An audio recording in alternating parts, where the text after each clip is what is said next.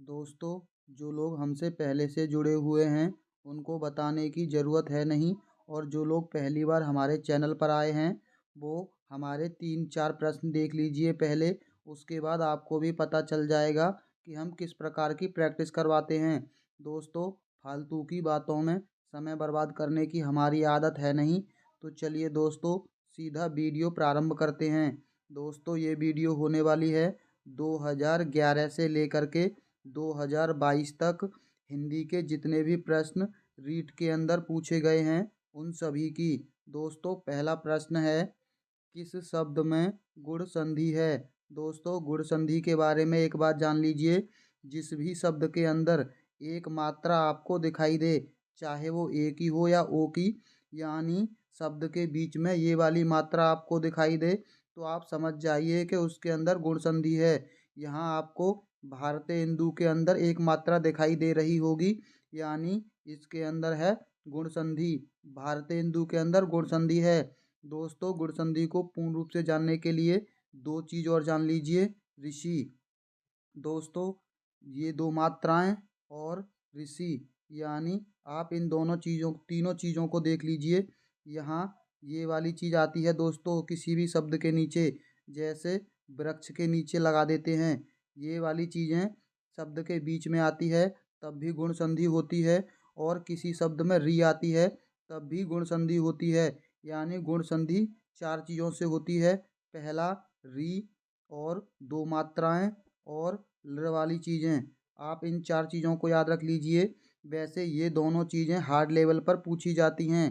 केवल आपको ये एक मात्रा याद रख लीजिए, आपके हर एक एग्जाम में इससे ही प्रश्न हल हो जाएगा। अगला प्रश्न है, वृक्ष छाया का संधि विच्छेद होगा। दोस्तों, वृक्ष धन छाया, वृक्ष धन अछाया। दोस्तों, यहाँ प्लस के चिन्ह आएगा दोनों के बीच में। इसका सही जवाब है ऑप्शन डी, वृक्ष धन छाया। दोस्तों, एक चीज़ जान लीजिए, अगर किसी शब्द के बीच में आधा अक्षर आता है तो वहाँ हमेशा व्यंजन संधि होती है।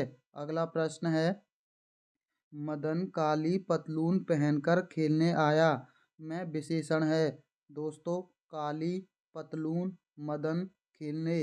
दोस्तों, वैसे तो सभी लोग जानते हैं कि विशेषण क्या होता है। अगर आपको फिर भी पता नहीं चलता तो कैसे पहचानना है विशेषण का, आप हर एक शब्द पर कैसे लगा लीजिए। मदन कैसी थी, पता नहीं चला।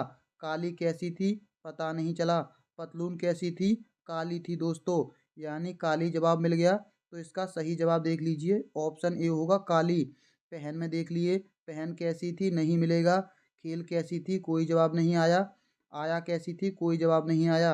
अगला प्रश्न देख लीजिए, को और के लिए किस कारक के चिन्ह हैं? पहला है संप्रदान कारक का, करण कारक का, अपादान कारक का, संबोधन कारक का। दोस्तों, ये चिन्ह हैं संप्रदान कारक के।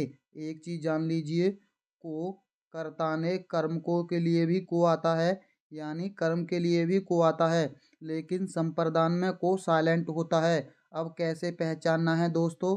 संप्रदान का ना तो के लिए पूछेगा और को भी आएगा, तो आपको कैसे पहचानना है? दोस्तों, संप्रदान के अंदर हमेशा जो भी उदाहरण आता है उसमें कुछ ना कुछ किसी को देने की बात हो रही होती है, जैसे राजा ने भिखारी को कंबल दिए। दोस्तों, इस तरह के जितने भी उदाहरण हैं वो सभी संप्रदान कारक के होते हैं। यहाँ से भी याद रख सकते हैं, दान देना से। अगला प्रश्न है, उद्देश्य और विधेय किसके अंग हैं? पहला है वाक्य के, रचना के, शब्द के, अर्थ के।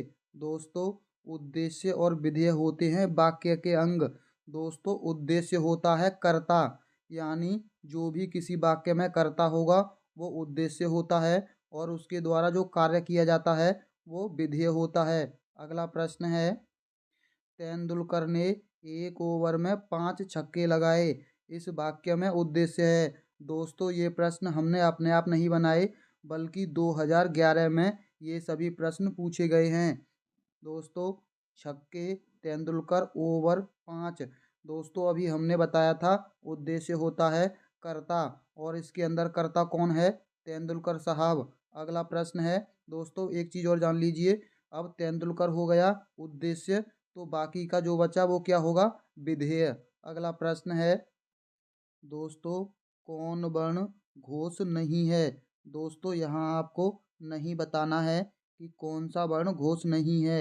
दोस्तों एक चीज़ जान लीजिए, जितने भी स्वर होते हैं वो सभी घोष होते हैं। यहाँ देख लीजिए, ए और आ यानी ये दोनों स्वर हैं तो ये घोष होंगे। अब आपके पास बचा छा और डा। दोस्तों एक चीज़ और जान लीजिए, प्रत्येक वर्ग का पहला और दूसरा वर्ण हमेशा अघोष होता है। अब इसको कैसे याद रख सकते हैं दोस्तों, आ आता है पहले और पहला और दूसरा पहले ही आता है, तो आप इसको ऐसे याद रख सकते हैं, अघोष आएगा पहले, पहले दो वर्ण अघोष होते हैं। अब यहाँ देख लीजिए, ये चा वर्ग में छा भी आता है, तो चा और छा दोनों कौन से होंगे, अघोष वर्ण, यानी इसका सही जवाब ऑप्शन बी होगा, छा। अगला प्रश्न है, किस शब्द में री स्वर नहीं है। पहला है कृपा में, कृष्ण में, दृष्टि में, रिवाज में। दोस्तों रिवाज के अंदर री स्वर नहीं है। अगला प्रश्न है, किन ध्वनियों को अनुस्वार कहा जाता है। पहला ऑप्शन है स्वर के बाद में आने वाली नासिक्य ध्वनियों को, स्वर के साथ आने वाली ध्वनियों को, स्वतंत्र रूप से उच्चारित ध्वनियों को, व्यंजन के बाद में आने वाली ध्वनियों को। दोस्तों इन्हें कहा जाता है स्वर के बाद में आने वाली नासिक्य ध्वनियाँ, अनुस्वार यानी अंग और आहा, ये दोनों चीज़ें अनुस्वार कहलाती हैं। अगला प्रश्न है, समश्रु शब्द का तद्भव रूप होगा। दोस्तों मूछ, अश्रु, आंसू, ससुर। दोस्तों समश्रु होता है मूछ को, यानी संस्कृत में मूछ को समश्रु कहते हैं और हिंदी में मूछ। अगला प्रश्न है दोस्तों, अगर आपने हमारी वीडियो को अभी तक लाइक नहीं किया है तो सबसे पहले आप हमारी वीडियो को लाइक कर लीजिए, क्योंकि हम फालतू की बातों में आपका समय बर्बाद नहीं करते हैं, इसके लिए हम आपको बार बार नहीं बोलेंगे। चलिए हमारी वीडियो को लाइक और हमारे चैनल को सब्सक्राइब जरूर कर लीजिए, और जिन लोगों को फालतू का समय बर्बाद करना है वो कहीं भी जा सकते हैं। पहला दोस्तों 11वां प्रश्न है, विपरीत अर्थ का बोध कराने वाले शब्द को कहते हैं। पर्यायवाची शब्द, विलोम शब्द, समानार्थक शब्द, एकार्थक शब्द। दोस्तों इन्हें कहते हैं विलोम शब्द। अगला प्रश्न है, वर्ण शब्द का अर्थ नहीं है। पहला है दोस्तों रंग, आकाश, जाति, अक्षर। दोस्तों रंग होता है, जाति होती है और अक्षर होता है, वर्ण का आकाश नहीं होता। अगला प्रश्न है, कौन शब्द कमल का पर्यायवाची नहीं है। पहला ऑप्शन है, पहला है जलज, दूसरा है अम्बुज, तीसरा है मनसिज, चौथा है पंकज। दोस्तों इसका सही जवाब है ऑप्शन सी, मनसिज। ये होता है कामदेव का दोस्तों पर्यायवाची, कामदेव का पर्यायवाची होता है मनसिज। जलज होता है कमल का, अम्बुज होता है कमल का और पंकज भी कमल का होता है। दोस्तों लेकिन यहाँ जा दे रखा है, वैसे कमल के ज़्यादातर पर्यायवाचियों के पीछे जा शब्द आता है। अगला प्रश्न है, जिसका मन व ध्यान दूसरी तरफ हो के लिए एक शब्द होगा। पहला है मनन, बेध्यान, बेनवा या अन्य मनस्क। दोस्तों इसका सही जवाब है ऑप्शन डी, अन्य मनस्क होता है जिसका ध्यान दूसरी तरफ हो। अगला प्रश्न है, अभिधा शब्द शक्ति में पहला है दोस्तों वाच्यार्थ प्रकट होता है, दूसरा है लक्ष्यार्थ प्रकट होता है, तीसरा व्यंग्यार्थ प्रकट होता है, चौथा विचित्र अर्थ प्रकट होता है।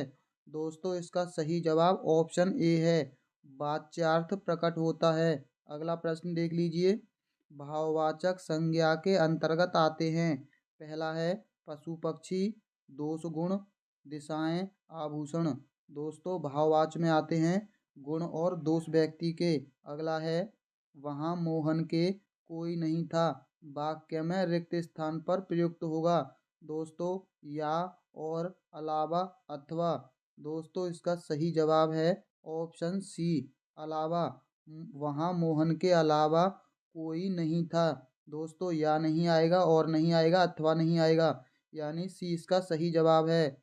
हमें सफलता मिलने तक प्रयास करना चाहिए, इस वाक्य में तक है। दोस्तों समुच्चय बोधक अव्यय, क्रिया विशेषण, संबंध बोचक अव्यय या विस्मयादि बोधक अव्यय। दोस्तों तक होता है संबंध बोधक अव्यय। अगला प्रश्न है दोस्तों, ये वाला विराम चिन्ह का नाम है। अर्धविराम, विराम, अल्प विराम, पद।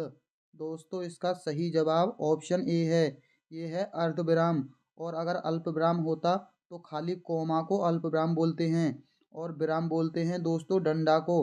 पॉइंट को मत समझ लेना, पॉइंट को विराम इंग्लिश में बोलते हैं दोस्तों, इसको विराम बोलते हैं यानी पूर्ण विराम। अगला प्रश्न है, किसी कठिन शब्द को स्पष्ट करने के लिए किस विराम चिन्ह का प्रयोग होता है। दोस्तों विवरण चिन्ह का, निर्देशक चिन्ह का, योजक का या उपविराम का। दोस्तों इसका सही जवाब है ऑप्शन सी। दोस्तों कोष्टक का प्रयोग करते हैं, जैसे कोई कठिन शब्द यहाँ होता है तो उसका आसान शब्द हम यहाँ लिखते हैं। दोस्तों विवरण चिन्ह आपने देख ही लिया, ये रहा। निर्देशक बोलते हैं डैश को और उपविराम अभी पहले देखा था। अगला प्रश्न है, अवसर का लाभ उठाना के लिए उपयुक्त है। दोस्तों बहती गंगा में हाथ धोना। दूसरा है आकाश पाताल एक करना, फूलाना समाना, अंगारों पर पैर रखना। दोस्तों अवसर में लाभ उठाना के लिए होता है बहती गंगा में हाथ धोना। दोस्तों आकाश पाताल के लिए होता है कठिन परिश्रम, फूलाना समाना के लिए होता है बहुत खुशी और अंगारों पर चलना के लिए होता है दोस्तों मुसीबत मोल लेना। अगला प्रश्न है, बाधा डालना मुहावरे का अर्थ है। पहला है पाला पकड़ना, रोड़ा अटकाना, बरस पड़ना, दांतों में जीभ होना। दोस्तों इसका सही जवाब ऑप्शन बी है, रोड़ा अटकाना होता है बाधा डालना का अर्थ। अगला प्रश्न है, अपना हाथ जगन्नाथ का अर्थ है। पहला है मनमानी करना, दूसरा अपना हाथ पूजनीय होता है, तीसरा अपने हाथ से काम करना ही उपयुक्त होता है, चौथा अपने हाथ से दान करना। दोस्तों इसका सही जवाब है ऑप्शन सी, अपने हाथ से काम करना ही उपयुक्त होता है। अगला प्रश्न है, मैं तुम सबको खूब समझता हूँ, तुम सब एक जैसे हो के लिए उपयुक्त है। दोस्तों चोर चोर मौसेरे भाई, एक ही थाली के चट्टे बट्टे, कीर बेर का संग, जैसे नागनाथ वैसे सापनाथ। दोस्तों ये होता है एक ही थाली के चट्टे बट्टे। दोस्तों आप लोगों ने अपने बड़ों से ये शब्द एक आध बार जरूर सुना होगा। अगला प्रश्न है, अधिसूचना का प्रकाशन कहाँ होता है। दोस्तों राजपत्र गजट में, समाचार पत्र में, सूचना पट में या इनमें से कोई नहीं। दोस्तों ये देख लीजिए, कठिन शब्द का दो अर्थ दे रखे हैं, अभी आया था यू कोष्टक वाला। इसका सही जवाब ऑप्शन ए है, राजपत्र यानी गजट। अगला प्रश्न है, निवादा सूचना का उद्देश्य होता है। पहला है दोस्तों सामान की आपूर्ति करवाना, दूसरा है सामान की नीलामी करवाना, चौथा है निर्माण कार्य करवाना, तीसरा माफ़ कीजिए चौथा है इनमें से तीनों। दोस्तों इसका सही जवाब ऑप्शन डी है, ये तीनों कार्य सामान की आपूर्ति, सामान की नीलामी और निर्माण कार्य, ये तीनों कार्य करवाना निवादा सूचना का उद्देश्य होता है। अगला प्रश्न है, किसी कार्यालय द्वारा एक साथ अनेक प्रेषितियों को भेजा जाने वाला शासकीय पत्र ज्ञापन या आदेश कहलाता है। दोस्तों परिपत्र, विज्ञापन, अधिसूचना, आवेदन। दोस्तों ये कहलाता है परिपत्र। अगला प्रश्न है दोस्तों, ये गद्यांश दे रखा है। दोस्तों 2011 में तो गद्यांश पर आधारित दो प्रश्न पूछे गए थे जो दोनों इसी पर आधारित थे, लेकिन एक बात जान लीजिए, अब जो गद्यांश पूछे जा रहे हैं उनसे प्रश्न एक भी नहीं पूछा जाता, खाली नाम के लिए गद्यांश दिया जाता है। ये बात हम जैसे जैसे आगे बढ़ेंगे आपको समझ में आ जाएगी, हम आपको दिखा भी देंगे। दोस्तों पहला प्रश्न देख लीजिए, इस गद्यांश का शीर्षक होगा। दोस्तों इसका शीर्षक है संगति। अगला देख लीजिए, इस गद्यांश का केंद्रीय भाव। दोस्तों इसका केंद्रीय भाव है संगति का महत्व। दोस्तों चलिए चलते हैं 2012 के पेपर पर। दोस्तों ये प्रश्न हैं 2012 के। दोस्तों जिसको वीडियो को लाइक करना है वीडियो को लाइक कर लेना और चैनल को सब्सक्राइब करना है। चैनल को सब्सक्राइब भी कर लेना। दोस्तों एक बात और जान लीजिए, अगर आपको हमारी वीडियो शेयर करनी है तो फालतू के लोगों में शेयर मत करना, क्योंकि हम नहीं चाहते फालतू में कंपटीशन बढ़े। केवल आप हमारी वीडियो को उस खास दोस्त को ही शेयर करना जिसे आप अपना अच्छा मित्र समझते हैं। फालतू के लोगों को शेयर करने की ज़रूरत नहीं है। दोस्तों गद्यांश पर आधारित प्रश्न देख लीजिए। हमने आपको बताया है आपको रीट के अंदर गद्यांश नहीं पढ़ना है। अगर आप गद्यांश पढ़ते हैं तो ये मान लीजिए अपना फालतू का समय बर्बाद कर रहे हैं। हम आपको इस गद्यांश के माध्यम से समझा देंगे कि क्यों आप अपना फालतू का समय बर्बाद कर रहे हैं। दोस्तों पहला प्रश्न देख लीजिए, निम्न में से तत्सम शब्द नहीं है। दोस्तों ये गद्यांश पर आधारित प्रश्न है। सभ्यता, हासिल, अवलोकन, आवश्यकता। दोस्तों हासिल शब्द तत्सम शब्द नहीं है। दोस्तों क्या इसके अंदर कहीं भी हासिल के बारे में दे रखा होगा कि तत्सम है या तद्भव? दोस्तों आप पूरा गद्यांश पढ़ लीजिए, आपको कहीं भी हासिल के बारे में, तत्सम या शब्द के तद्भव के बारे में कहीं भी कोई भी चीज़ नहीं दे रखी होगी। अगला प्रश्न और दिखा देते हैं। काम का तद्भव है कर्म, कार्य, कारज, कर्म। दोस्तों आयोग ने इस प्रश्न को गलत माना था। अगला देख लीजिए, सुयोग का विलोम है। पहला है प्रयोग, संयोग, अयोग, कुयोग। दोस्तों इसका सही जवाब है ऑप्शन डी, कुयोग होता है सुयोग का विलोम। दोस्तों यहाँ आपको कुयोग और सुयोग दोनों शब्द दिखाई नहीं देंगे, केवल एक शब्द दिखाई देगा सुयोग। परितोष पाने के एक सुयोग के रूप में देखते हैं। दोस्तों क्या यहाँ कहीं दे रखा होगा कि सुयोग का विलोम है? कहीं भी नहीं दे रखा इस गद्यांश में। अगला प्रश्न और देख लीजिए, कौन सा शब्द उपसर्ग है? दोस्तों सभ्यता, उपयोगिता, भटकता में या पूजा में? दोस्तों मैं पूछा है, यानी इनमें से किस शब्द में उपसर्ग लगा हुआ है? दोस्तों उपयोगिता में लगा हुआ है उपयोग शब्द। दोस्तों अब आप देख लीजिए, यहाँ उपसर्ग के बारे में पूरे किसी भी गद्यांश में नहीं दे रखा होगा। और इसका आखिरी प्रश्न देख लीजिए गद्यांश पर आधारित, कौन सा समास नहीं है? विचारधारा, आत्मपरितोष, एकनिष्ठता, कामना। दोस्तों कामना में कोई भी समास नहीं है। दोस्तों आमदनी के संदर्भ में कौन सा शब्द असंगत है? दोस्तों कमाई, आय, मुनाफा, आना। दोस्तों इसका सही जवाब ऑप्शन डी है, आना। दोस्तों कमाई होता है, आय होता है, मुनाफा होता है। तो चलिए चलते हैं अगले प्रश्न पर। दोस्तों हम गद्यांश नहीं पढ़ेंगे, पहला प्रश्न देख लेते हैं। संसार के सभी देशों में शिक्षित व्यक्ति। दोस्तों ये प्रश्न गद्यांश पर आधारित है। दोस्तों अगर आप गद्यांश नहीं पढ़ेंगे तो क्या आप इसका सही जवाब नहीं दे सकते? आप खुद देख लीजिए। अगर मान लीजिए इस प्रश्न का जवाब आप फिर भी नहीं दे सकते हैं बिना गद्यांश के, क्या एक प्रश्न के लिए इतना बड़ा गद्यांश पढ़ने की आवश्यकता है? मेरा हिसाब से दोस्तों अगर एक प्रश्न इस गद्यांश पर आधारित पूछा भी जाता है, यानी बिना गद्यांश को पढ़े आप इस प्रश्न का जवाब नहीं दे सकते, तो एक प्रश्न के लिए भी आप गद्यांश मत पढ़िए। क्योंकि अगर एक प्रश्न के लिए इतना बड़ा गद्यांश पढ़ेंगे, इतनी देर में आप 5 से 7 प्रश्न हल कर लेंगे। दोस्तों जब आपका पूरा एग्जाम हो जाएगा और अगर समय बचता है, तब आप इस गद्यांश को पढ़ करके एक प्रश्न जो इस पर आधारित दे रखा है आप इसका जवाब दे सकते हैं। लेकिन दोस्तों अगर समय नहीं बचता तो आप इस पर तुक्का भी लगा सकते हैं। वैसे इसे आप बिना पढ़े भी हल कर सकते हैं। संसार के सभी देशों में शिक्षित व्यक्ति अपनी मातृभाषा में दक्ष होते हैं, पढ़े लिखे होते हैं, अंग्रेजी जानते हैं, उच्च पदों पर आसीन होते हैं। दोस्तों अपनी मातृभाषा में दक्ष होते हैं। अगला प्रश्न है अंग्रेजी में जिसकी दक्षता असंदिग्ध हो में रेखांकित पद का अर्थ है। दोस्तों असंदिग्ध का बताना है। पहला है संदेह रहित, निश्चित, सुनिश्चित या अनिश्चित। दोस्तों असंदिग्ध का होता है संदेश रहित।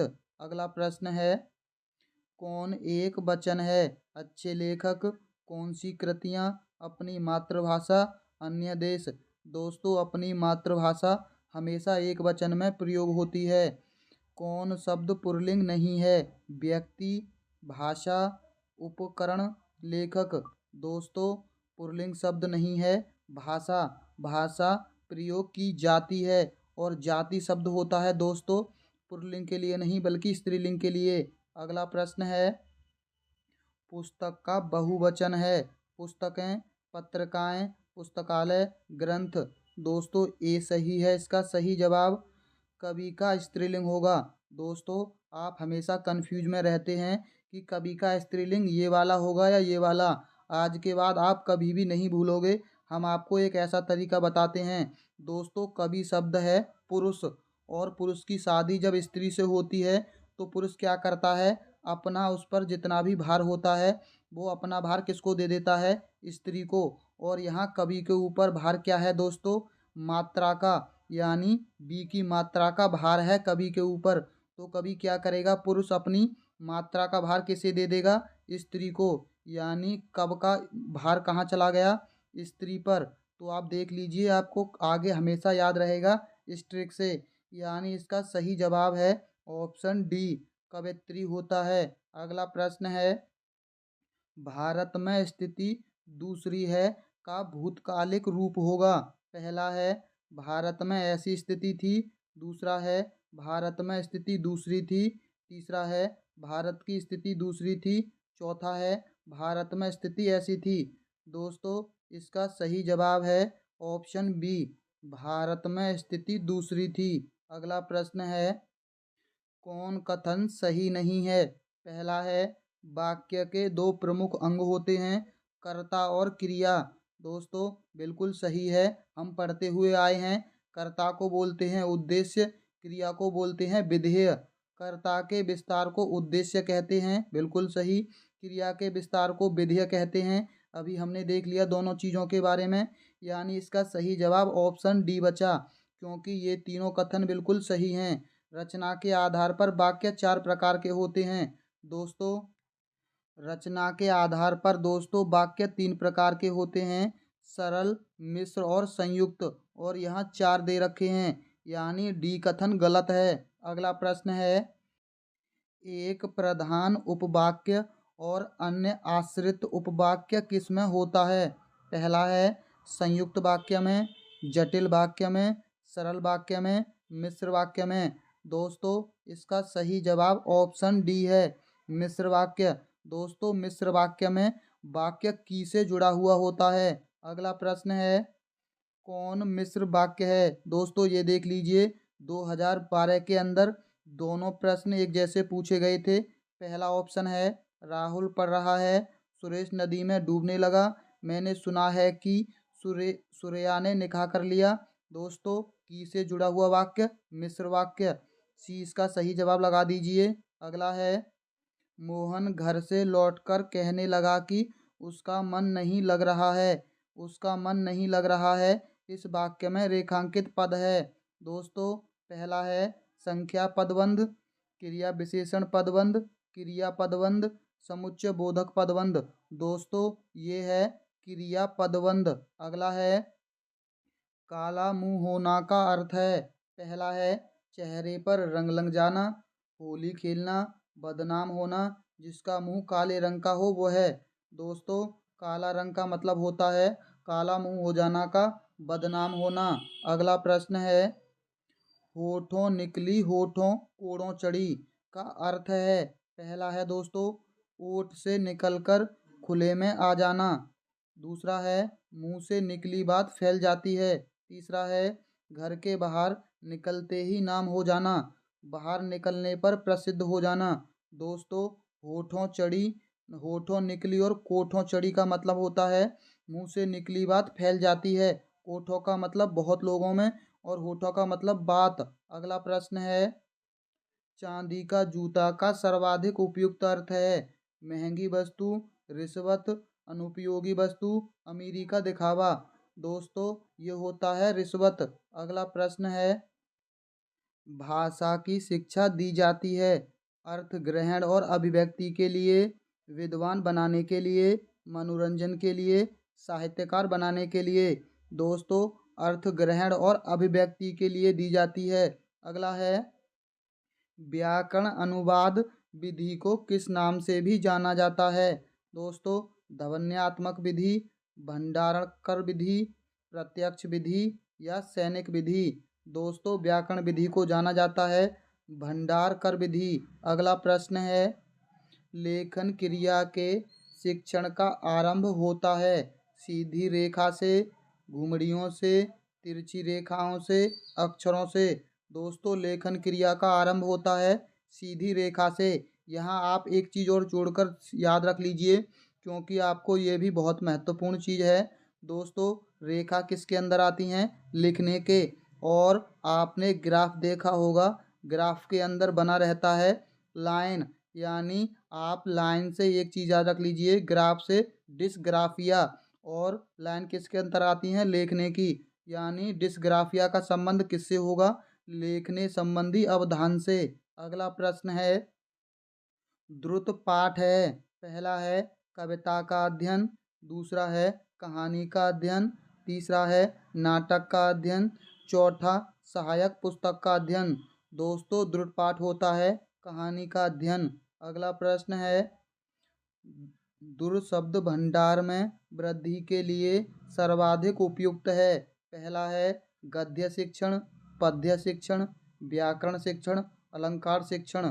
दोस्तों गद्य शिक्षण होता है इसके लिए। अधिगम की संपूर्णता होती है। पहला है इकाई योजना में, दैनिक पाठ योजना में, मासिक योजना में या वार्षिक योजना में। दोस्तों ये होती है इकाई योजना में। अगला प्रश्न है, लेखन कला का विकास होता है। ऑप्शन है देखने से, सुनने से, अनुकरण से या अभ्यास से। दोस्तों लेखन कला का अभ्यास होता है, अभ्यास से होता है। आप देखकर अपनी लिखाई को सुंदर नहीं बना सकते, ना ही सुनकर, ना ही अनुकरण से। आप बार बार अभ्यास करेंगे तभी आपकी लिखावट सुंदर होगी। अगला प्रश्न है, हिंदी शिक्षण में उपलब्धि की जांच की जा सकती है। पहला है उपलब्धि परीक्षण से, बुद्धि परीक्षण से, वस्तुनिष्ठ प्रश्नों से, मौखिक परीक्षा से। दोस्तों ये की जा सकती है उपलब्धि परीक्षण से। अगला है समग्र और सतत मूल्यांकन। दोस्तों ये प्रश्न हर बार पूछा जाता है और हर साल पूछा जाता है। पहला है विद्यार्थी के लिए उपयोगी परंतु शिक्षक के लिए भार है। दूसरा, में शिक्षक और शिक्षार्थी के बीच निकट संबंध की आवश्यकता होती है। दोस्तों शिक्षण के दौरान भी संभव है से ही विद्यार्थी के व्यक्तित्व का विकास संभव है। दोस्तों ये तीनों बिल्कुल सही हैं समग्र और सतत मूल्यांकन के लिए। और आयोग ने भी इसका सही जवाब, जिसने भी बी, सी और डी लगाया था उसको 1 नंबर मिला था, जिसने ए लगाया था उसको कोई भी नंबर नहीं दिया था। अगला प्रश्न है, उपचारात्मक शिक्षण के लिए आवश्यक नहीं है। पहला है शिक्षण विधि को स्थायी रखना, दूसरा है विद्यार्थी की किसी भी गलती की अवहेलना नहीं करना, दूसरा है पहले निदानात्मक परीक्षण कर लेना। इनमें से कोई नहीं। दोस्तों इसका सही जवाब ऑप्शन ए है, शिक्षण विधि को स्थायी रखने की आवश्यकता नहीं होती है। दोस्तों चलिए चलते हैं अगले वर्ष की प्रैक्टिस पर। दोस्तों ये प्रश्न है 2015 के। पहला प्रश्न है, सस्वर वाचन का अभ्यास कराने के लिए सबसे उपयुक्त साधन क्या है? पहला है आदर्श वाचन, अनुकरण वाचन, सामूहिक वाचन, पाठ्य पुस्तक वाचन। दोस्तों इसका सही जवाब ऑप्शन सी है, सामूहिक वाचन। दोस्तों सस्वर वाचन आप सब लोगों ने पढ़ा ही होगा। ज़्यादातर लोगों ने, जब छुट्टी का समय होता था तो सभी बच्चे एक साथ बैठकर पहाड़े जोर जोर से पढ़ते थे। अगला प्रश्न है, मौन वाचन कब शुरू करना चाहिए? तीसरी कक्षा से, चौथी कक्षा से, छठी कक्षा से, दूसरी कक्षा से। दोस्तों मौन वाचन करना चाहिए छठी कक्षा से। अगला प्रश्न है, साइलेंट रीडिंग किसकी रचना है? दोस्तों डेचेंट की, स्मिथ की, ब्रायन की, पिंटर की। दोस्तों इसका सही जवाब है ऑप्शन सी, ब्रायन। दोस्तों जब हम बिल्कुल साइलेंट होकर पढ़ते हैं तो हमारा माइंड पूर्ण रूप से कार्य करता है, यानी हमारा ब्रेन। आप इसको ऐसे जोड़कर देख सकते हैं, साइलेंट तरीके से पढ़ना, ब्रेन को पूर्ण रूप से विकसित करना। अगला प्रश्न है, रेडियो की सीमाओं को कौन सा श्रव्य साधन दूर कर सकता है? पहला है दोस्तों ग्रामोफोन, दूसरा है लिग्वाफोन, तीसरा टेप रिकॉर्डर, उक्त में से कोई नहीं। दोस्तों श्रव्य साधन पूछा है और टेप रिकॉर्डर होता है श्रव्य साधन। अगला प्रश्न है लिग्वोफोन कैसा शैक्षणिक उपकरण है? दोस्तों दृश्य श्रव्य या कोई नहीं। दोस्तों यहाँ देख लीजिए ये श्रव्य साधन नहीं है, यानी पहला ऑप्शन इसका सही जवाब नहीं हो सकता। इसका जो सही जवाब है दोस्तों वो है ऑप्शन सी, ये है दृश्य श्रव्य साधन। अगला प्रश्न है जिस उद्देश्य के लिए परीक्षण तैयार किया गया है यदि वह उसकी पूर्ति करता है तो वह कहलाएगा वैध परीक्षण, विश्वसनीय परीक्षण, वस्तुनिष्ठ परीक्षण, विषय परक परीक्षण। दोस्तों ये कहलाएगा, इसका सही जवाब दोस्तों ऑप्शन ए वैध परीक्षण कहलाएगा। अगला प्रश्न है उपलब्धि परीक्षण निर्माण में समंकन योजना बनाने का उद्देश्य है। पहला है निर्माण संबंधी असंगति को दूर करने में सहायता प्रदान करना, दूसरा है प्रश्नों की संख्या निर्धारित करना, तीसरा है छात्रों की कठिनाइयों का निर्धारण करना, चौथा है उक्त सभी। दोस्तों इसका जो सही जवाब है वो आयोग ने ऑप्शन सी माना था, छात्रों की कठिनाइयों का निर्धारण करना। अगला प्रश्न है सीसीई प्रणाली में एएल ग्रेड कितने प्रतिशत अंक प्राप्त करने वाले छात्रों को प्रदान की जाएगी? पहला है 91 से 100, 81 से 90, 90 से 100 या 71 से 80। दोस्तों ये प्रदान की जाएगी 90 से 100 वालों के लिए। अगला है उपचारात्मक शिक्षण का उद्देश्य है। पहला है छात्रों की त्रुटियों का पता लगाना, दूसरा विषय के प्रति रुचि उत्पन्न करना, तीसरा छात्रों का पिछड़ापन दूर करना, छात्रों की प्रगति का ज्ञान प्राप्त करना। दोस्तों उपचारात्मक शिक्षण का उद्देश्य होता है त्रुटियों का पता लगाकर उनको दूर करना। अगला प्रश्न है सीबीएसई ने किस वर्ष 10वीं की बोर्ड परीक्षा से सतत एवं समग्र मूल्यांकन प्रणाली लागू कर दी है? दोस्तों वर्ष 2010-11 से, वर्ष 2009-10 से, वर्ष 2009 से, वर्ष 2008 से। दोस्तों आरटीई आया था 2009 में और ये लागू हुआ था 2010 में, और इसी के अंदर कक्षा 10 के जो उनको ऐच्छिक बनाया था परीक्षा को। दोस्तों इसका सही जवाब ऑप्शन बी होगा, कक्षा वर्ष 2009 और 10। अगला प्रश्न है दोस्तों अब तो आपको पता चल गया होगा कि हम गद्यांश नहीं पढ़ेंगे। प्रश्न देख लेते हैं इनमें से सार्वनामिक विशेषण किसमें है? दोस्तों गांधी जी ने उनके खिलाफ संघर्ष किया, इस पाशविक चक्र से मुक्त कराने। उनके अनुसार अहिंसा का अर्थ है वे अत्यंत विनीत थे। दोस्तों सार्वनामिक यानी गांधी जी, गांधी जी ने उनके खिलाफ संघर्ष किया। नामिक दोस्तों नाम है गांधी जी का। अगला प्रश्न है इनमें से प्रत्यय से निर्मित शब्द कौन सा है? धैर्य, खिलाफ, कुछेक, कोशिश। दोस्तों धैर्य शब्द प्रत्यय से बना हुआ है। धैर्य के अंदर होता है धीर शब्द और धीर में या प्रत्यय लगकर बनता है धैर्य। अगला प्रश्न है इनमें से कौन सा शब्द संधि का उदाहरण नहीं है? दोस्तों संसार, अत्यंत, सदाचार, सामाजिक।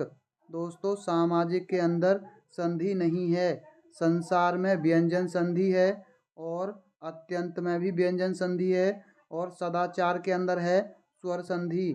अगला प्रश्न है अस्वाभाविक शब्द में इनमें से क्या है? संधि और समास दोनों हैं, समास और उपसर्ग हैं, उपसर्ग और प्रत्यय हैं, उपसर्ग और संधि हैं। दोस्तों इसके अंदर है उपसर्ग आ है और प्रत्यय है इसके अंदर इक, यानी आ उपसर्ग और इक प्रत्यय लगा हुआ है। अगला प्रश्न है इनमें से किसमें विशेषण का प्रयोग नहीं हुआ है? दोस्तों लाखों लोगों, आर्थिक विषमता, अहिंसा की भावना, एक प्रेरणा। दोस्तों लाखों विशेषण है अहिंसा विशेषण है और एक विशेषण है। दोस्तों, आर्थिक एक शब्द है, ना कि विशेषण। अगला प्रश्न है दोस्तों, गद्यांश नहीं पढ़ेंगे। पहला प्रश्न देख लीजिए, इनमें से कौन सा शब्द स्त्रीलिंग नहीं है? लिपि, समझ, पढ़ाई, संघर्ष। दोस्तों, संघर्ष होता है। अगला प्रश्न है, इनमें से कौन सा शब्द कारक या परसर्ग के साथ प्रयुक्त होने पर ही बहुवचन में रूप बदल जाता है? दोस्तों, बालक, पुस्तक, दीवार और दाल। इसका सही जवाब है ऑप्शन ए, बालक का। दोस्तों, अगला प्रश्न है, तुमने पढ़ाई की होती तो ऐसे दिन नहीं देखने पड़ते। इस वाक्य किस प्रकार का है? दोस्तों, यह वाक्य कौन सा है? सामान्य भूतकाल है, हेतु हेतुमत भूतकाल है, अपूर्ण भूतकाल है या आसन्न भूतकाल है? दोस्तों, ये है हेतु हेतुमत भूतकाल। अगला प्रश्न है, इनमें से वह शब्द बताइए जिसका वचन अथवा लिंग किसी भी परिस्थिति में नहीं बदलता। दोस्तों, आलसी का, जल का, दिन का, लिपि का। दोस्तों, जल का ना तो लिंग बदलता है और ना ही वचन। अगला प्रश्न है, इनमें से पुल्लिंग शब्द बताइए। पहला है उम्मीद। उम्मीद दोस्तों की जाती है। दूसरा, आशा भी की जाती है। बचपन दोस्तों सुहाना होता है और बेकारी की जाती है, यानी इसका सही जवाब ऑप्शन सी है, बचपन बहुत ही रोमांचित होता है। अगला प्रश्न है, आपका जीवन मंगलमय हो, यह वाक्य किस प्रकार का है? दोस्तों, इच्छावाचक वाक्य, संदेहवाचक वाक्य, विधानवाचक या संकेतवाचक। दोस्तों, जब भी इस तरह के प्रश्न हर एक एग्जाम में पूछा जाता है, यानी जितने भी अब तक 2011 से 22 तक प्रश्न आएंगे, वहाँ आपको एक प्रश्न इच्छावाचक का जरूर दिखाई देगा। अगला प्रश्न है, मेरा बड़ा भाई निशांत जासूसी पुस्तकें अधिक पढ़ता है। इस वाक्य में उद्देश्य है। दोस्तों, उद्देश्य हम आपको बता चुके हैं, उद्देश्य होता है कर्ता। दोस्तों, निशांत जासूसी, मेरा बड़ा भाई, पुस्तकें। दोस्तों, इसके अंदर इसका सही जवाब है ऑप्शन बी, मेरा बड़ा भाई निशांत। ये पूरा क्या है दोस्तों? उद्देश्य। खाली निशांत उद्देश्य नहीं है, मेरा बड़ा भाई निशांत दोस्तों ये उद्देश्य है। अगला प्रश्न है, अर्थ के आधार पर वाक्य के कौन सा भेद इनमें से नहीं है? दोस्तों, इनमें से कौन सा वाक्य का भेद नहीं है? वाक्य के दोस्तों अर्थ के आधार पर 8 भेद होते हैं। विस्मयादि बोधक होता है, विधान अर्थक होता है और प्रश्नात्मक होता है। दोस्तों, इसका जो सही जवाब है वो है ऑप्शन सी, मिश्र वाक्य। दोस्तों, सरल, मिश्र और संयुक्त, ये 3 प्रकार के होते हैं रचना के आधार पर, और यहाँ अर्थ के आधार पर पूछा है। अगला प्रश्न है, पाखंडी व्यक्ति के लिए उपयुक्त मुहावरा है। बचिया के ताऊ, बगुला भगत, पैंतरेबाज, माई का लाल। दोस्तों, पाखंडी के लिए होता है बगुला भगत। अगला प्रश्न है, जमात में करामात का अर्थ है। दोस्तों, जमात में रहने वाले लोग खुरापात करते हैं, जमात में रहकर लोग गड़बड़ियाँ करते हैं। एक साथ रहने से कुछ न कुछ गड़बड़ होती है, एकता में शक्ति होती है। दोस्तों, इसका सही जवाब है ऑप्शन डी, एकता में शक्ति होती है। ये होता है जमात में करामात का अर्थ। अगला प्रश्न है, भाषा में बिंब के प्रकार हैं। 2 प्रकार का बिंब, 1 प्रकार का, 7 प्रकार का या 4 प्रकार का? दोस्तों, बिंब होता है 4 प्रकार का, और 4 प्रकार के बिंब हैं, यानी दृश्य बिंब, श्रव्य बिंब, विचार बिंब और भाव बिंब। दोस्तों, श्रव्य, दृश्य, श्रव्य, विचार और भाव। अगला प्रश्न है, भाषा सीखने का स्वाभाविक और मनोवैज्ञानिक क्रम है। पढ़ना, सुनना, लिखना और बोलना। दोस्तों, बोलना, लिखना, सुनना और पढ़ना। सुनना, बोलना, पढ़ना और लिखना, उपयुक्त सभी। दोस्तों, वैज्ञानिक रूप से है, सबसे पहले बच्चा सुनता है, फिर उसके बाद बोलना सीखता है, फिर पढ़ना और फिर उसके बाद लिखना। अगला प्रश्न है, भाषा शिक्षण में सिद्धांत है। प्रेरणा का सिद्धांत, क्रिया द्वारा सीखने का सिद्धांत, जीवन से जोड़ने का सिद्धांत, उक्त सभी। दोस्तों, भाषा में ये तीनों सिद्धांत होते हैं, प्रेरणा का सिद्धांत भी, क्रिया का भी और जीवन से जोड़ने का भी। अगला प्रश्न है, भाषा दक्षता यानी कौशल विकसित किया जा सकता है। पहला है शुद्ध उच्चारण के माध्यम से, दूसरा है लिपि व वर्तनी का सही ज्ञान कराकर, शब्द रचना का ज्ञान कराकर। दोस्तों, डी इसका सही जवाब है।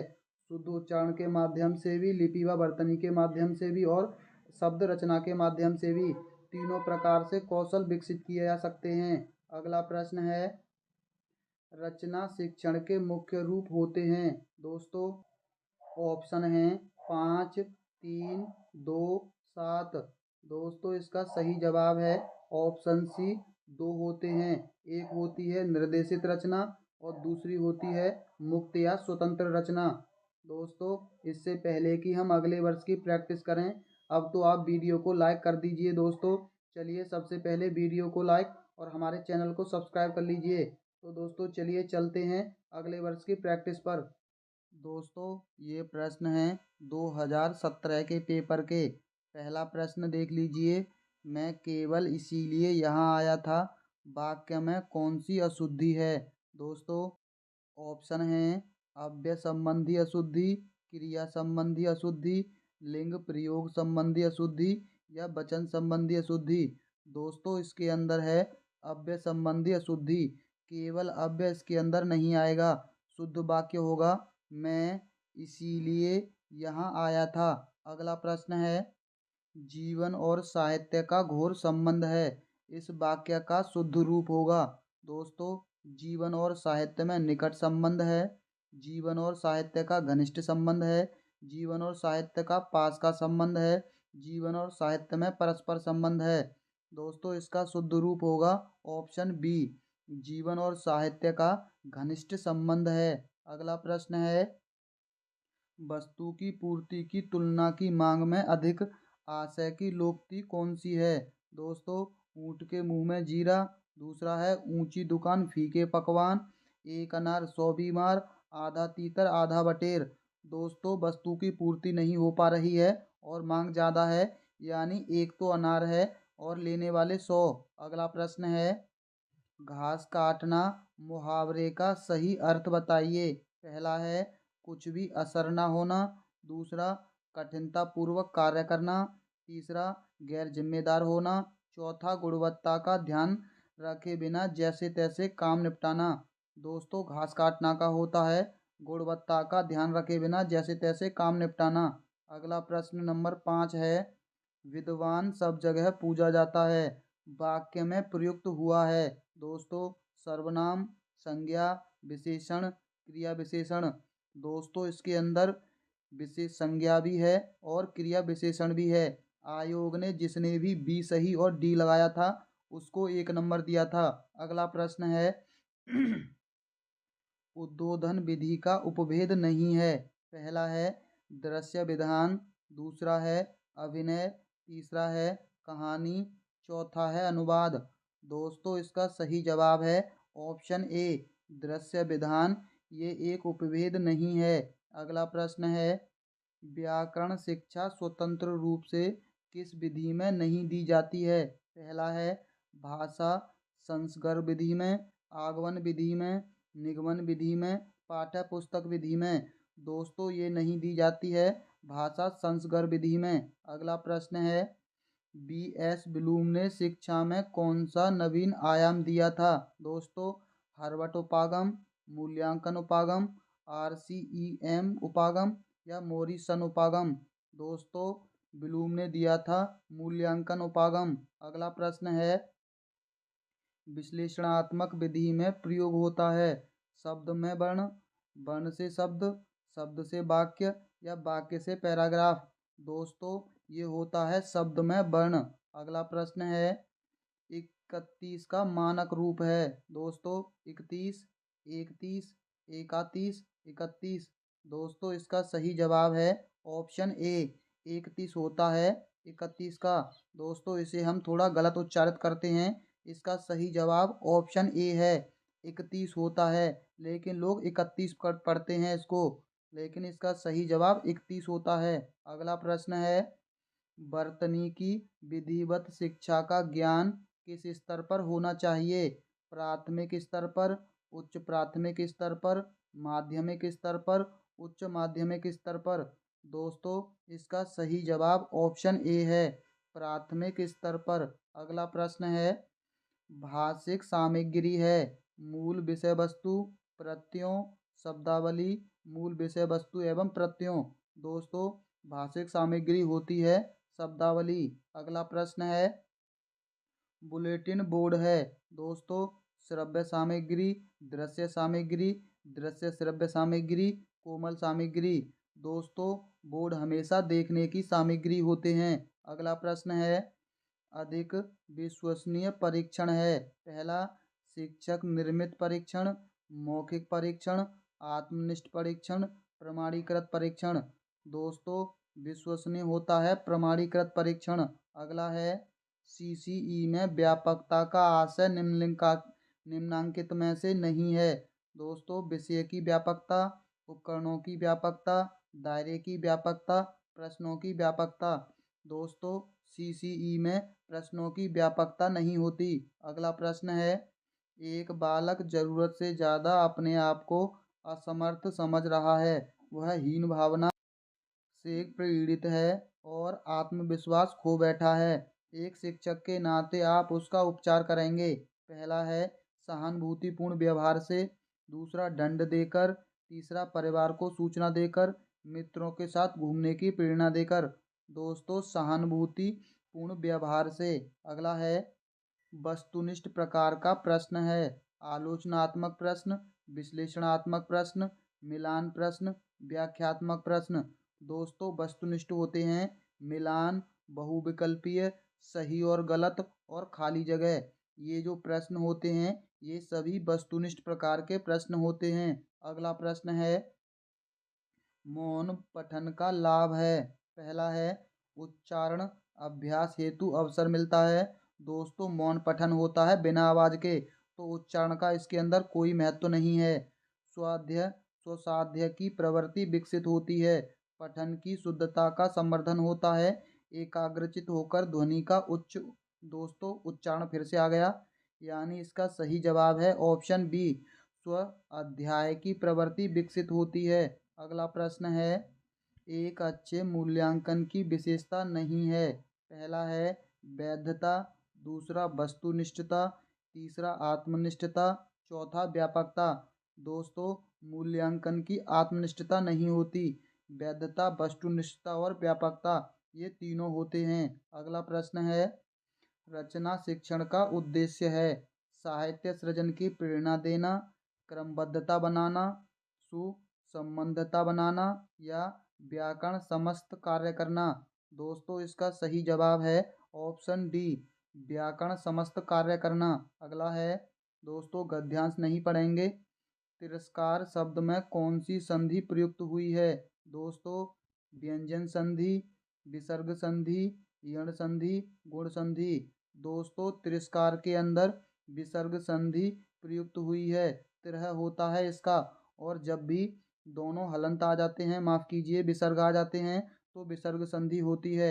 अगला प्रश्न है, हीन भावना शब्द में कौन सा समास है? दोस्तों कर्मधारय समास, अव्ययीभाव समास, द्वंद्व समास, बहुब्रीहि समास। दोस्तों योजक चिन्ह से आप द्वंद्व समास मत लगा देना, क्योंकि द्वंद्व समास में योजक चिन्ह तो आता है लेकिन एक दूसरे के विलोम होते हैं, लेकिन यहाँ हीन और भावना एक दूसरे के विलोम नहीं है, यहाँ पर होगा कर्मधारय समास। अगला प्रश्न है, उत्कर्ष का सही विलोम बताइए। पहला है अपकर्ष, अपयश, अपकार, अवनति। दोस्तों उत्कर्ष का विलोम होता है अपकर्ष। अगला प्रश्न है, स्वावलंबी शब्द के लिए प्रयुक्त सही वाक्य है? स्वयं की इच्छा से सेवा करने वाला, स्मरण करने योग्य, जो हर प्रकार से आत्मनिर्भर हो, या बिना संकोच बोलने वाला। दोस्तों स्वावलंबी का होता है जो हर प्रकार से आत्मनिर्भर हो। अगला प्रश्न है, इनमें से विदेशी शब्द बताइए। राष्ट्र, निरंतर, व्यक्ति, दौरान। दोस्तों, दौरान एक विदेशी शब्द है। अगला है, गद्यांश नहीं पढ़ेंगे। इनमें से कौन सा शब्द पुल्लिंग शब्दों में से असंगत है? विनाश, स्थिति, वातावरण, परिणाम। दोस्तों, स्थिति होती है और होती है होता है स्त्रीलिंग शब्द। अगला प्रश्न है, इनमें से वह शब्द बताइए जिसका वचन अथवा लिंग किसी भी परिस्थिति में नहीं बदला जा सकता। दोस्तों, आलसी, लिपि, दीवार, जल। दोस्तों, ये देख लीजिए, सेम प्रश्न दोबारा रिपीट हुआ है। इसका सही जवाब जल है। वहाँ ये वाला ऑप्शन यहाँ दे रखा था। अगला प्रश्न है, उपयोगितावाद शब्द का सही अर्थ बताइए। वह सिद्धांत जिसमें किसी वस्तु की उपयोगिता बताई जाए। वह मौलिक उत्पत्ति का सिद्धांत, अधिक से अधिक लोगों का अधिक से अधिक हित साधना धर्म, उपयोग में लाने का भाव। दोस्तों, इसका सही जवाब है ऑप्शन सी, उपयोगितावाद का होता है अधिक से अधिक लोगों का अधिक से अधिक हित साधना धर्म। अगला प्रश्न है, यदि हम सब भी। दोस्तों, सब नहीं होगा, यहाँ होगा अब। इसका होगा अब। यदि हम अब भी नहीं संभले तो उसके विनाशकारी परिणाम शीघ्र सामने आएंगे। वाक्य में कौन से काल की प्रयुक्ति हुई है? पहला है आसन्न भूतकाल, संदिग्ध वर्तमान काल, आज्ञार्थक, संभाव्य संभाव्य भविष्य काल। दोस्तों, इसका सही जवाब है ऑप्शन डी, संभाव्य भविष्यत काल है इसके अंदर। अगला प्रश्न है, सभी चौराहों पर बहुत भीड़ रहती है। वाक्य में रेखांकित शब्द का अर्थ बताइए। दोस्तों, पहला यहाँ है रेखांकित चौराहों में। पहला है 4 मंजिलों का भवन। दूसरा, वह स्थान जहाँ 4 रास्ते मिलते हों। चारों तरफ देखने वाला, एकाधिक स्थान जहाँ 4 रास्ते मिलते हैं। दोस्तों, इसका सही जवाब ऑप्शन डी है, एकाधिक स्थान जहाँ 4 रास्ते मिलते हैं। अगर ऑप्शन में ये वाला ऑप्शन ना दे रखा होता तो इसका हो जाता वह स्थान जहाँ 4 रास्ते मिलते हैं। अगला प्रश्न देख लीजिए दोस्तों, ये प्रश्न होने वाले हैं 2021 के। दोस्तों, अगर आपने हमारी वीडियो को अभी लाइक नहीं किया है तो चलिए वीडियो को लाइक सबसे पहले कर लीजिए, क्योंकि हम बार बार बोलकर आपका टाइम वेस्ट नहीं करना चाहते। पहला प्रश्न देख लीजिए, निम्नलिखित में से कौन सा शिक्षा शास्त्री पढ़ाने से पहले लिखाना सिखाने के पक्ष में है? Helen Parkhurst, Kilpatrick, Stevens, Maria Montessori. दोस्तों, मोंटेसरी जी ऐसी एक महिला थी जिन्होंने कहा था बच्चे को पढ़ाने से पहले लिखना सिखाना चाहिए। अगला प्रश्न है, मौन पाठन का लाभ है। दोस्तों, ये देख लीजिए, सेम प्रश्न रिपीट हुआ है, बुलेटिन बोर्ड है। दोस्तों, ये भी प्रश्न दोबारा रिपीट हुआ है। सीसीई में व्यापकता का आशय नहीं है। दोस्तों, ये भी प्रश्न सेम रिपीट हुआ है, प्रश्नों की व्यापकता इसका सही जवाब है। दोस्तों, आप खुद देख लीजिए, प्रीवियस ईयर क्वेश्चन क्यों महत्वपूर्ण होते हैं, क्योंकि प्रश्न रिपीट होते हैं। वर्तनी विधिवत शिक्षा का ज्ञान किस स्तर पर होना चाहिए? प्राथमिक स्तर पर, उच्च प्राथमिक स्तर पर, माध्यमिक स्तर पर या उच्च माध्यमिक स्तर पर? दोस्तों, ये होना चाहिए प्राथमिक स्तर पर। दोस्तों, ये देख लीजिए, वाक्य के मुख्यतः कितने अंग होते हैं? दोबारा रिपीट हुआ है, हम आपको बता चुके हैं, उद्देश्य और विधेय। अगला देख लेते हैं, वस्तु की पूर्ति की तुलना में मांग अधिक है। दोस्तों, एक अनार 100 बीमार। अगला देख लेते हैं, घास काटना मुहावरे का। दोस्तों, गुणवत्ता का ध्यान रखे बिना मेरे घर आएंगे। ये नया प्रश्न है दोस्तों, इसको देख लेते हैं। वे मेरे घर आएंगे क्योंकि उन्हें अजमेर शहर घूमना है। रचना की दृष्टि से इस वाक्य किस प्रकार का है? मिश्र वाक्य है दोस्तों, सरल वाक्य है या संयुक्त वाक्य है या विधानवाचक वाक्य है?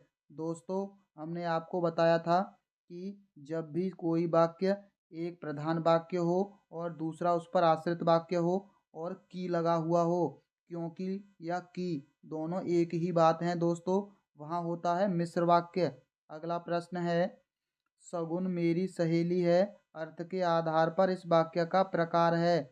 संभावनार्थक वाक्य, विधानवाचक वाक्य, इच्छावाचक वाक्य, संकेतार्थक। दोस्तों रिश्ते होते हैं विधानवाचक। अगला है दोस्तों, गद्यांश नहीं पढ़ेंगे। निम्नलिखित में से स्त्री शब्द का पर्यायवाची है। दोस्तों इहा, अपगा, शिला या अबला। दोस्तों इसका सही जवाब है ऑप्शन डी, अबला होता है स्त्री का पर्यायवाची। लेकिन दोस्तों अबला स्त्री का पर्यायवाची नहीं होना चाहिए।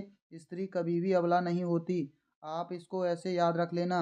दोस्तों हम इसके हमेशा खिलाफ रहेंगे। अगला है अत्याचार शब्द में कौन सा उपसर्ग है।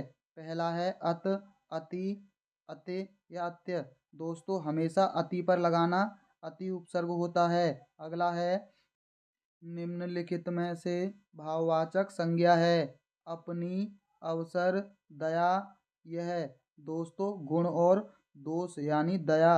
अगला प्रश्न है निम्नलिखित में से किस शब्द में प्रत्यय लगा हुआ है। वेग, फुर्तीला, अनाथ, उमड़। दोस्तों फुर्तीला में लगा हुआ है प्रत्यय ईला प्रत्यय। अगला प्रश्न है मनोविकार शब्द का समास विग्रह होगा। दोस्तों मन से विकार, मन और विकार, मन का विकार या मन के द्वारा विकार। दोस्तों मनोविकार का होता है मन का विकार। अगला प्रश्न है निम्नलिखित में से रचना शिक्षण का उद्देश्य नहीं है। साहित्य सृजन को प्रेरणा देना, क्रमबद्धता बनाना, विविध भाषाओं का ज्ञान कराना, व्याकरण समस्त कार्य करना। दोस्तों इसका सही जवाब है ऑप्शन बी, विविध भाषाओं का ज्ञान करवाना रचना शिक्षण का उद्देश्य नहीं है। अगला है अभिक्रमित अनुदेशन विधि के सिद्धांत में सम्मिलित है। स्वगति का सिद्धांत, परगति का सिद्धांत, समूह गति का सिद्धांत या कक्षीय एकता का सिद्धांत। दोस्तों अनुदेशन का होता है स्वगति का सिद्धांत। अगला है निम्न में से कौन सा सस्वर वाचन का भेद नहीं है। दोस्तों आदर्श सस्वर वाचन होता है, अनुकरण भी होता है, संवेद भी होता है। दोस्तों गहन वाचन सस्वर वाचन का नहीं होता, गहन वाचन होता है मौन वाचन का। गहन अध्ययन मौन वाचन में होता है। अगला है एक अच्छे मूल्यांकन की विशेषता नहीं है। दोस्तों सेम प्रश्न रिपीट हुआ है, आत्मनिष्ठता नहीं है, वस्तुनिष्ठ प्रकार के प्रश्न हैं। दोस्तों प्रश्न वही है लेकिन यहाँ ऑप्शन चेंज कर दिया है। दोस्तों मिलान वाले प्रश्न और बहुविकल्पीय प्रश्न, सही और गलत वाले, ये सभी प्रकार के प्रश्न होते हैं। दोस्तों वस्तुनिष्ठ। डॉक्टर चंद्रा अद्वैत साहस की धनी थी। दोस्तों साहस की धनी थी। वाक्य में प्रयुक्त साहस शब्द किस व्याकरणिक कोटि का है। दोस्तों यहाँ शब्द बदल दिए हैं, ये भी प्रश्न रिपीट हुआ है। ये फर्स्ट पेपर में प्रश्न पूछा गया था। अव्यय, भाववाचक संज्ञा, क्रिया विशेषण, गुणवाचक विशेषण।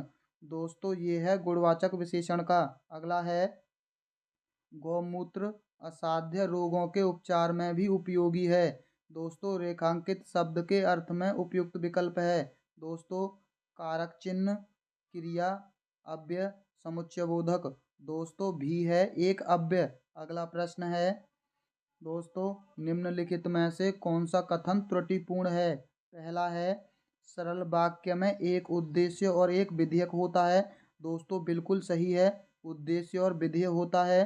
संयुक्त वाक्य में दो सरल वाक्य को और या समुच्चय बोधक अव्ययों से जोड़ दिया जाता है। बिल्कुल सही दोस्तों, संयुक्त और ऐसे वाक्य जिसमें एक प्रधान उपवाक्य हो तथा अन्य उपवाक्य उस पर आश्रित हो उसे मिश्र वाक्य कहते हैं। दोस्तों बिल्कुल सही है, ये की से जुड़ा हुआ होता है, यानी इसका सही जवाब ऑप्शन डी बचा। वर्गों के सार्थक समूह से वाक्य बनते हैं। दोस्तों वर्गों के सार्थक समूह से नहीं बल्कि वर्णों के सार्थक समूह से यानी शब्दों के सार्थक समूह से वाक्य बनते हैं। अगला प्रश्न है यवन सैनिक घोड़े पर बैठकर आया पर किले का दरवाजा बंद था। जैसे ही उसने दरवाजा खटखटाया चिड़िया पर फड़फड़ाकर उड़ गईं। उपयुक्त वाक्यों में पर शब्द के अर्थ क्रमशः हैं। दोस्तों किंतु, ऊपर पक्षी, ऊपर पक्षी किंतु, पंख ऊपर किंतु, ऊपर किंतु पक्षी। दोस्तों इसका सही जवाब ऑप्शन डी है, ऊपर किंतु पंख। अगला है प्रकृति ने ग्रेनाइट तथा संगमरमर में मेरे क्षेत्र को नवाजा है। इस वाक्य में रेखांकित शब्द का क्रमशः सही भाषाई रूप बताइए। दोस्तों, ग्रेनाइट, संगमरमर और नवाजा शब्द के बारे में पूछा है कि ये शब्द किस भाषा के हैं। विदेशी विदेशी विदेशी हैं तीनों। विदेशी देशज देशज हैं। देशज देशज देशज हैं। विदेशी विदेशी विदेशज हैं। दोस्तों, इसका सही जवाब ऑप्शन ए है। ग्रेनाइट देसी विदेशी है, संगमरमर भी विदेशी है और नवाजा भी विदेशी है। ये तीनों शब्द विदेशी हैं। दोस्तों, अगला प्रश्न देख लीजिए। दोस्तों, गद्यांश नहीं पढ़ेंगे। हमें स्वराज मिल गया वाक्य में कौन सा काल है? सामान्य भूतकाल, संभाव्य भविष्यकाल, संभाव्य भूतकाल, आज्ञार्थक आज्ञार्थक वर्तमान काल। दोस्तों, ये सामान्य भूतकाल है। अगला है, निम्न में से कौन सा शब्द पुल्लिंग है? मनोवृत्ति, जीविका, बैठी, स्वप्न।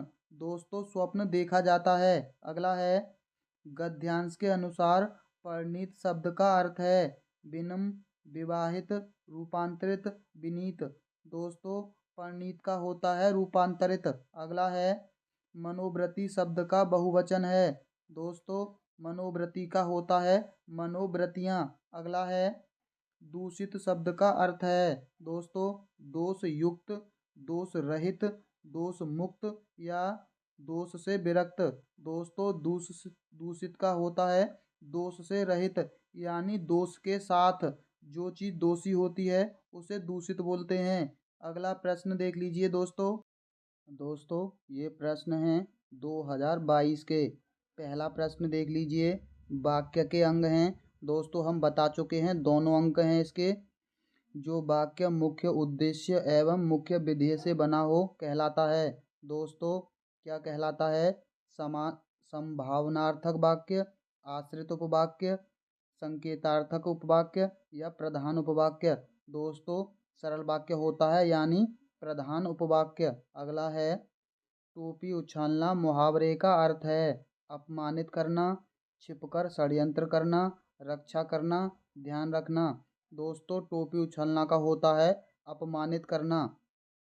मौज मस्ती में जीवन बिताना के अर्थ में प्रयुक्त लोकोक्ति है अपना रख पराया चख, अपनी करनी पार उतरनी, 8 कनौजिया 9 चूल्हे, 8 बार 9 त्योहार। दोस्तों, इसका सही जवाब है 8 बार यानी 9 त्योहार। 8 दिन में 9 त्योहार मनाना। विद्यार्थियों को पुस्तकों के माध्यम से भाषा की मूल ध्वनियों एवं लिपियों का ज्ञान कराकर उन्हें पढ़ने लिखने के कौशल में दक्ष किया जाता है। इस विधि को कहा जाता है भाषा प्रयोगशाला विधि, भाषा संस्कार विधि, पाठ्य पुस्तक विधि या खेल विधि। दोस्तों, इसे पाठ्य पुस्तक विधि कहा जाता है। डाल्टन प्रणाली का आविष्कार किसने किया? किलपैट्रिक ने, डाल्टन ने, मौर्य मोंटेसरी ने या पार्क हर्स्टर ने। दोस्तों, इसका किया था पार्क हर्ट ने। अगला प्रश्न है, ब्लूम उपागम के अनुसार शिक्षा की त्रिपदी प्रक्रिया में सम्मिलित पद हैं सामान्यीकरण, व्यावहारिक प्रयोग, प्रस्तुतिकरण, व्यवहार परिवर्तन। दोस्तों, इसका सही जवाब है ऑप्शन डी, व्यवहार परिवर्तन इसके सम्मिलित पद हैं। अगला है, सुंदर अनुलेख की आवश्यक शर्त क्या है? अनुलेख लिखते वक्त शिक्षक विद्यार्थी की सहायता ना करे। दूसरा है, अनुलेख सस्वर बोलकर लिखवाया जाए। अनुलेख में अक्षरों की बनावट वैसी ही होनी चाहिए जैसे कि आदर्श लेख में हो।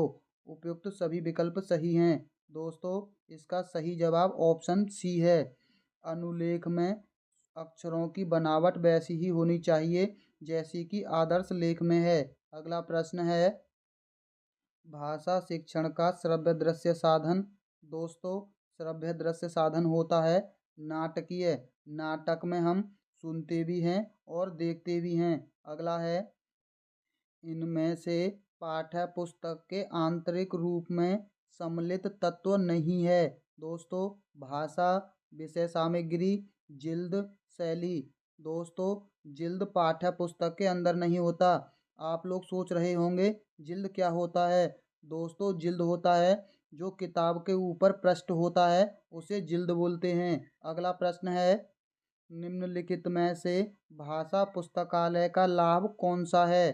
पहला है कक्षा शिक्षण में पूर्ति, दूसरा स्वाध्याय के लिए अवसर। विकल्प ए बी दोनों सही हैं। दोस्तों सी इसका सही जवाब है। इनमें से मौखिक परीक्षाओं का गुण है। पहला, एक शिक्षक एक समय में एक ही छात्र की परीक्षा ले सकता है, अंततः समय अधिक लगता है। दोस्तों दूसरा है, मौखिक परीक्षाओं को वस्तुनिष्ठ नहीं बनाया जा सकता। तीसरा है, इन परीक्षाओं से विद्यार्थियों के 3 भाषाई कौशलों सुनने, पढ़ने और बोलने का एक साथ मापन किया जा सकता है। इन परीक्षाओं से विद्यार्थियों के लेखन कौशल का मापन नहीं कर सकते। दोस्तों इसका जो सही जवाब है वो है ऑप्शन सी। इन सभी परीक्षाओं से तीनों कौशलों का मापन किया जा सकता है। अगला है, निम्नलिखित में से उपलब्धि परीक्षण के निर्माण हेतु सम्मिलित पदों में से कौन सा पद नहीं है? दोस्तों पहला है परीक्षण योजना बनाना, बिल्कुल सही। परीक्षण के प्रारंभिक रूप से रचना करना, बिल्कुल सही। परीक्षण का पुनर्निरीक्षण करना, बिल्कुल सही। परीक्षा का अनुप्रयोग, दोस्तों अनुप्रयोग नहीं करते हैं। सतत एवं व्यापक मूल्यांकन प्रणाली का दोष, दोस्तों देख लीजिए सेम प्रश्न रिपीट हुआ है, यानी डी इसका सही जवाब है। विद्यार्थी पर वर्ष भर परीक्षा का भय बना रहता है, जिससे उसका स्वाभाविक विकास प्रभावित होता है। दोस्तों ये इस मूल्यांकन का दोष है। अगला प्रश्न है, गद्यांश नहीं पढ़ेंगे दोस्तों। ट्रेजेडी शब्द उत्पत्ति के आधार पर तद्भव है, तत्सम है, विदेशी है या देशज है? दोस्तों विदेशी शब्द है ट्रेजेडी। अगला है, सुधाकर का पर्यायवाची शब्द है। दोस्तों रसाल, प्रभा, शशांक, मलय। दोस्तों सुधाकर का होता है शशांक। जिसकी संवेदना के रूप में अनुभूति हुई हो, वाक्य के लिए उपयुक्त शब्द है। प्रसूत, व्यंजनाएं, संवेदित, संवेग। दोस्तों इसका जो सही जवाब है वो है ऑप्शन सी, संवेदित। अगला है, आवश्यक शब्द का विलोम शब्द बनाने के लिए कौन सा उपसर्ग प्रयुक्त होगा? अ, अन, अना, अन। दोस्तों इसका सही जवाब है ऑप्शन डी, अनावश्यक, यानी इसका विलोम बन जाएगा अनावश्यक। अगला प्रश्न है, सामायिक शब्द में प्रयुक्त प्रत्यय है इय, क, इक, इयक। दोस्तों हमने पढ़ा है इक प्रत्यय कई बार।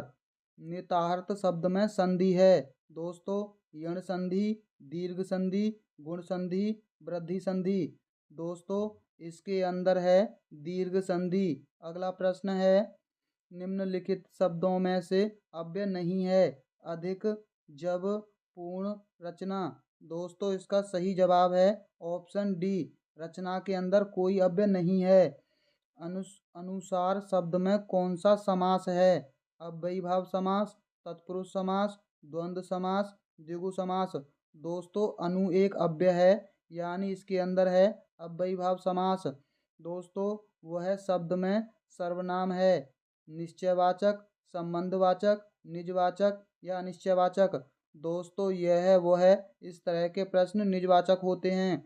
लोभ शब्द में कौन सी संज्ञा है? व्यक्तिवाचक, जातिवाचक, वस्तुवाचक, भाववाचक। दोस्तों भाववाचक संज्ञा है। गद्यांश नहीं पढ़ेंगे। जातियां शब्द का एक वचन होगा। जाति, जातीय, जातियां, जाति। दोस्तों जाति होता है जातियों का। हिमायती शब्द का अर्थ है बर्फीला, पक्षद्रोही, पक्षपाती, आयातीत। दोस्तों पक्षपाती होता है हिमायती का। दोस्तों आप इसको ऐसे याद रख सकते हैं, मान लीजिए पक्षद्रोही के बारे में आपको नहीं पता तो यहाँ देश रख के देख लीजिए। देशद्रोही होता है यानी जो देश के विरोध में कार्य करता है। पक्षद्रोही इसीलिए जो पक्ष के विरोध में कार्य करे। अगला प्रश्न देख लेते हैं, अन इनका असर भी पड़ रहा है, इस वाक्य में कौन सा काल है? संभाव्य वर्तमान काल, आज्ञार्थक वर्तमान, पूर्ण वर्तमान, सामान्य वर्तमान। दोस्तों डी इसका सही जवाब है। विधा शब्द है उभयलिंग, पुल्लिंग, नपुंसकलिंग, स्त्रीलिंग। दोस्तों विद्या होती है। अगला प्रश्न है, व्यक्ति शब्द का बहुवचन रूप होगा? व्यक्तिक, व्यक्तियों, व्यक्तित्व, व्यक्तिक। दोस्तों इसका होता है व्यक्तियों। दोस्तों आखिरी प्रश्न है, राजस्थानी के भाषा शब्द का मानक हिंदी रूप है। भाषा, भाषा, भाषा या भाखा। दोस्तों इसका होता है भाषा। दोस्तों अगर आपको ऐसे ही बिना टाइम वेस्ट की अच्छी प्रैक्टिस करनी है तो आप हमारी वीडियो को लाइक और चैनल को सब्सक्राइब कर लीजिए। अगर आपको चैनल सब्सक्राइब नहीं करना तो आप कहीं भी टाइम वेस्ट कर सकते हैं, आपकी इच्छा है। अगर आपको टाइम वेस्ट नहीं करना तो चैनल को सब्सक्राइब और घंटी दबा दीजिए। तो चलिए दोस्तों, मिलते हैं अगली वीडियो में। वीडियो देखने के लिए बहुत बहुत धन्यवाद।